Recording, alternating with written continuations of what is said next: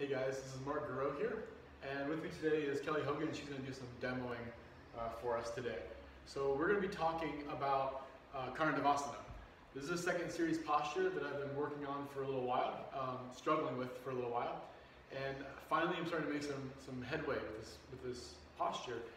So I'm going to explain to you two areas that have really helped me with this, that have made it more accessible.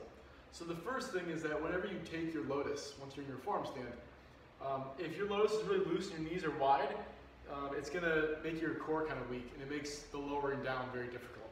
So you really want to have a nice tight lotus. So try to squeeze those legs together, kind of pull the knees together, and that squeezing inward action will engage the core.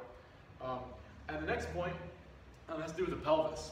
So if you think of bringing your knees down to your arms and then later lifting your knees off your arms, you're probably going to struggle a lot to do that.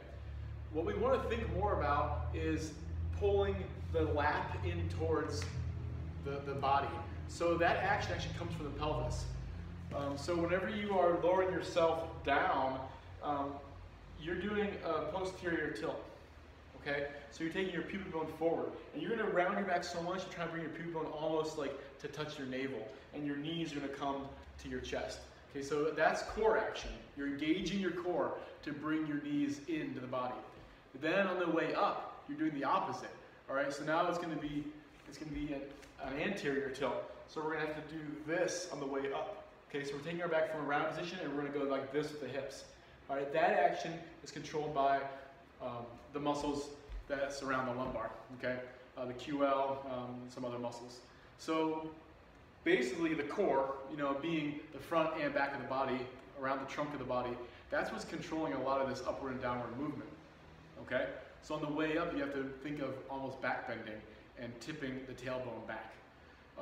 So what we're gonna do is we're gonna show you this hip action.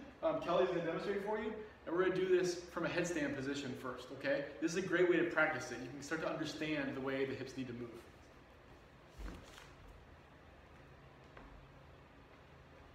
Alright, so if Kelly comes into just a traditional headstand, Shirshasana, you'll see she'll lean her hips so far forward, and now look, you can see that her thighs are now touching her ribs.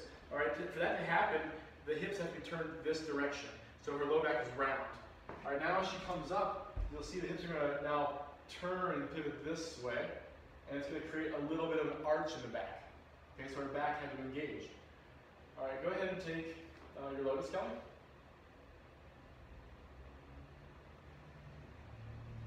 Alright, so notice there's still a little bit of arch in her low back. And now we want to round the back. So she's going to engage her core, and she's going to pull these feet and try to touch her belly button.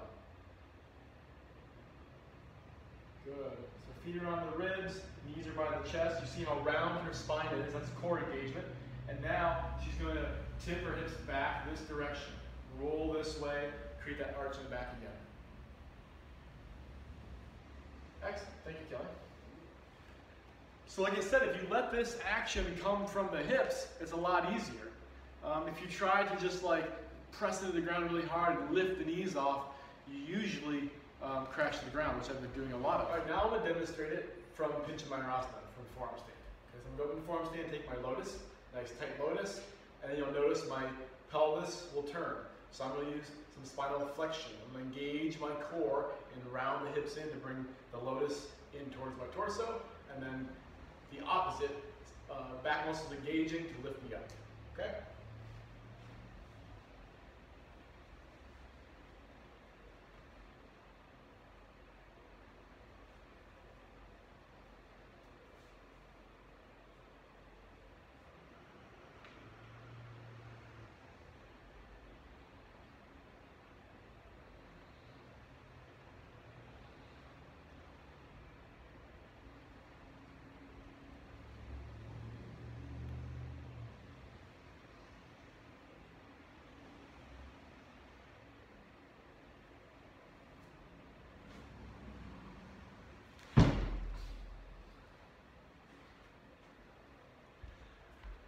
Okay guys, well I hope this helps you out. Go ahead and play with that from headstand if Karandavasana is still not accessible for you.